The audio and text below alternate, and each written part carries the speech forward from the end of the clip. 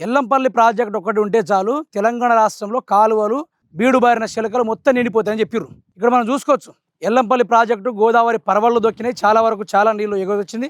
ఇక్కడ ప్రజెంట్ చూసుకొచ్చే కాలువలు మొత్తం ఎండిపోయిన పరిస్థితి, కాలువల్లో సుక్క నీరు లేదు. ఈరోజు గడ్డి మొలుస్తున్న పరిస్థితిని కూడా మనం చూస్తూ ఉన్నాం.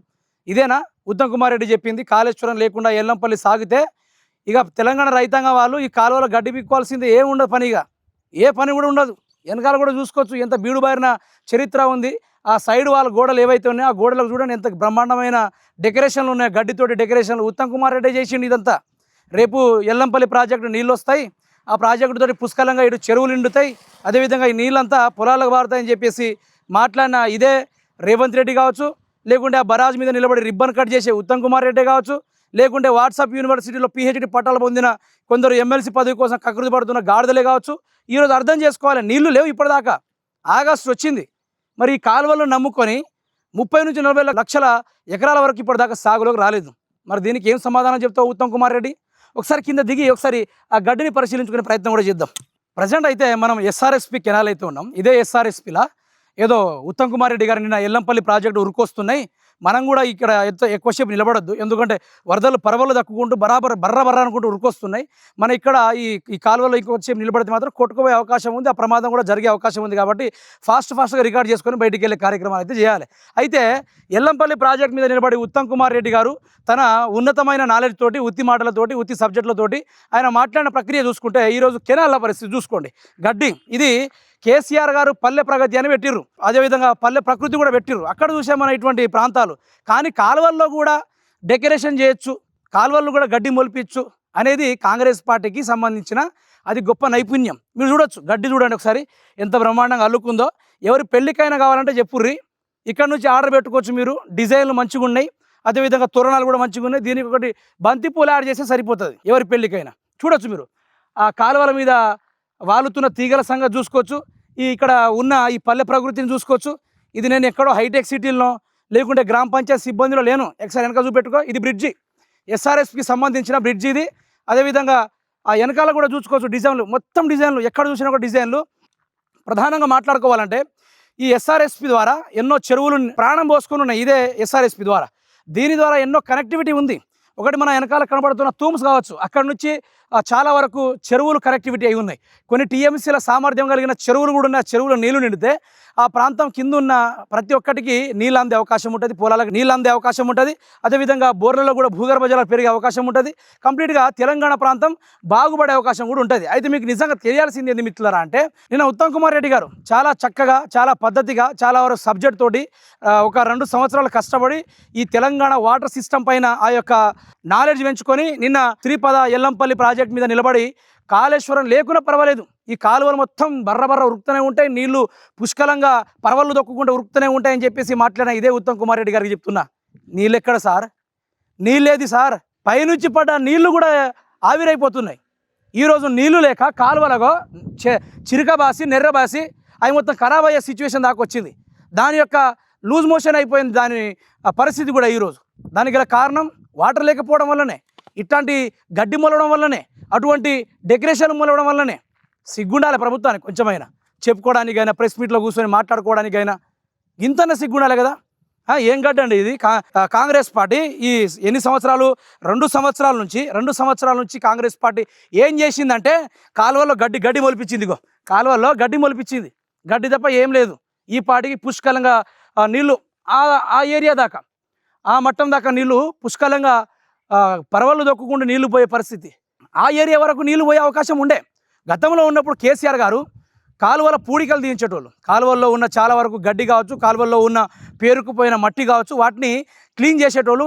అదేవిధంగా కరువు పని పెట్టి దీనిని 100 రోజుల పని పెట్టి దీన్ని క్లీన్ చేయించి వాటర్ ఫ్లోయింగ్ ఎక్కడ కూడా ఆగకుండా, ఈ పరివాహకం ఖరాబ్ కాకుండా ఉండడానికి కేసీఆర్ గారు మరమ్మతులు కూడా చేయించిండు. కానీ కాంగ్రెస్ పార్టీ గింతంత యూరియా ఇచ్చి, దీనికి కూడా యూరియా యాప్ బుక్ చేసి, ఈ గడ్డికి గింత యూరియా చల్లి గింత మందు కొడితే ఇంకా బ్రహ్మాండంగా ఉంటుంది.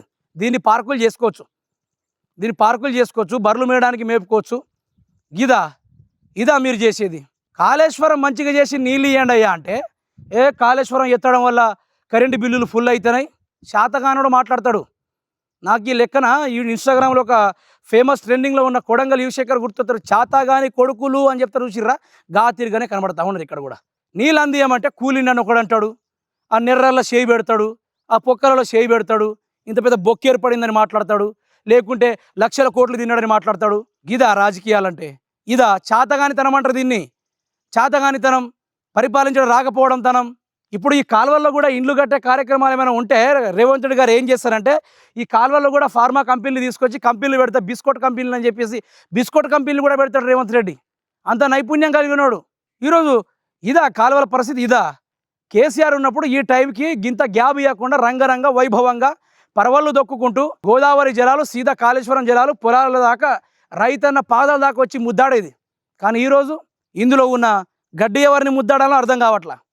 ఈరోజు ఉత్తమ్ కుమార్ రెడ్డి గారికే చెప్పాలి ఈ గడ్డి పరిస్థితి. ఉత్తమ్ కుమార్ రెడ్డి గారు ఏ యూరియా చల్లి పెంచారు సార్ ఈ గడ్డిని? ఈ పరిస్థితి 2014 ముందు ఉండే, 60 ఏళ్ళ 70 ఏళ్ళ కాంగ్రెస్ చరిత్రలో ఉండే. ఎస్ఆర్ఎస్పి కట్టిన మా కాంగ్రెస్ పార్టీ, కెనాలు కట్టింది మీ కాంగ్రెస్ పార్టీ. కట్టింది ముఖ్యం కాదు, కట్టిన దాంట్లో నీళ్ళు ఇడిచిలా లేదా? ఈరోజు నీళ్ళు ఇడుచులు లేదా, ఏం చేసుడు కూడా లేదా. సో గిది పరిస్థితి. ఈరోజు కాళేశ్వరం లేకపోవడం వల్ల ఎల్లంపల్లి ద్వారా తెలంగాణకు నీళ్ళు అందియాలంటే అది ఓన్లీ బిందెల నుంచి చెంబుడు నీళ్లు తీసుకున్నంత ప్రాసెస్ మాత్రమే. అది చెంబుడు నీళ్లు కావాలంటే దానికి ఒక సిస్టమ్ కనెక్టివిటీ ఉండాలి. గోదావరి మీద నిర్మించబడ్డ 9 నుంచి 10 బరాజుల వరకు కనెక్టివిటీ ఉండాలా, రివర్స్ వాటర్ పంపింగ్ లిఫ్టింగ్ ఉండాలా. ఇవన్నీ తెలియకుండా మంత్రులు ఎట్లయిపోతున్నారు, ఇవన్నీ తెలియకుండా ముఖ్యమంత్రులు ఎట్లయిపోతున్నారు. తెలంగాణ ఈరోజు ఏం చేయాలో అర్థం కాక మళ్ళీ బానిస సంఖ్యలు వేసే కార్యక్రమాలు కాంగ్రెస్ ప్రభుత్వం చేస్తూ ఉంది. ఈరోజు హరీష్ రావు ఎగిరెగిరి తొక్కి తొక్కి తన్నితే వీళ్ళపై మోటార్ లాంచ్ చేసే కార్యక్రమాలు చేస్తూ ఉన్నారు. ఇదా కాంగ్రెస్ పార్టీ చేయాల్సింది? కొంచెం మైండ్ నుండి పనిచేయాల్సిందిగా కోరుతూ ఉన్నాం. ప్రభుత్వాలు ఇకనైనా బుద్ధి తెచ్చుకోవాలి. మీకు కక్ష సాధింపు ఏమైనా ఉంటే రాబోయే రోజుల్లో మీరే జైల్లో పోతారు. ఆనాడు ఒకవేళ బీఆర్ఎస్ గవర్నమెంట్ అధికారంలోకి వస్తే మాత్రం మీరు ఎవరు బయట ఉండరు, నాకు తెలిసినంత వరకు ఏ ఒక్కరు ఉండరు. ఈరోజు మీరు చేస్తున్న వ్యవహారాలు, మీరు చేస్తున్న నీటిపైన కుట్రలు, ఈరోజు ఆంధ్రాకు తరలించే కార్యక్రమాలు తెలంగాణ సమాజం మొత్తం చూస్తుంది.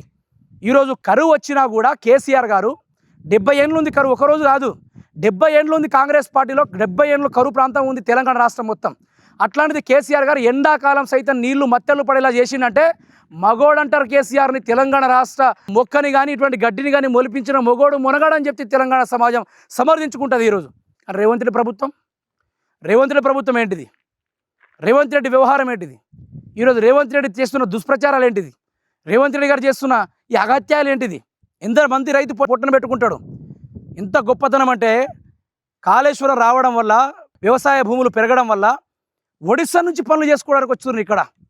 మనం ఒకప్పుడు పాలమూరు రంగారెడ్డి ఆ ప్రాంతం నుంచి వదిలేసి వలసపోయిన ప్రాంతాలు ఆ రోజు తెలంగాణ మొత్తం. కానీ ఈరోజు ఆంధ్ర, కర్ణాటక, ఒడిస్సా, బీహార్, ఛత్తీస్గఢ్, మహారాష్ట్ర ప్రజలందరూ తెలంగాణలో బతకడానికి వస్తూ ఉన్నారు అదే వ్యవసాయం దగ్గరికి వచ్చి. ఇంత గొప్పతనం, ఇంత గర్వంగా చెప్పుకోవాలంటే. సో మనం ఇక్కడ ఎక్కువసేపు కూడా నిలబడద్దు, మనం తక్కువ వెళ్ళిపోవాలి. ఎందుకంటే వరద వచ్చే అవకాశం ఉంటుంది. ఎల్లంపల్లి ప్రాజెక్టు వరద టక్కుటక్క ఉరుకొస్తూ ఉంది. మనం ఇక్కడ నిలబడితే కొట్టుకుపోయే అవకాశం ఉంది. మళ్ళీ ఎవరైనా ఉత్తమ్ కుమార్ రెడ్డి బాధపడతాడు ముందే చెప్పినా అని చెప్పేసి, అందుకనే మనం వెళ్ళిపోవాల్సిన అవకాశం అయితే ఉంది. టక్కున వెళ్ళిపోలే కార్యక్రమం చేద్దాం. మళ్ళీ కలుద్దాం. జై తెలంగాణ.